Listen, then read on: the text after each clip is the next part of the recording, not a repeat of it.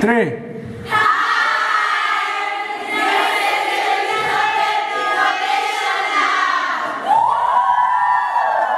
It doesn't move around.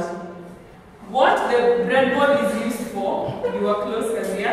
It's not for putting the Arduino onto it, but it's for making connections. So you see how we're putting the LED on the Arduino?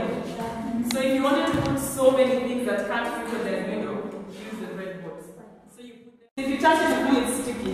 Yes. You feel it's a bit sticky? Higher now.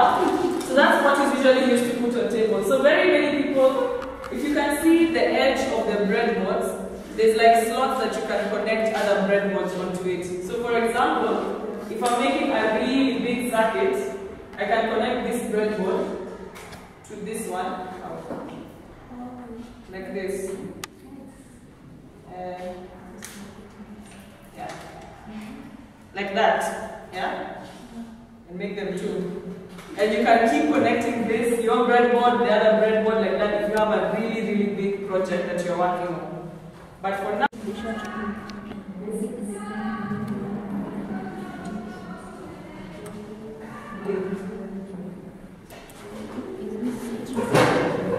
so everyone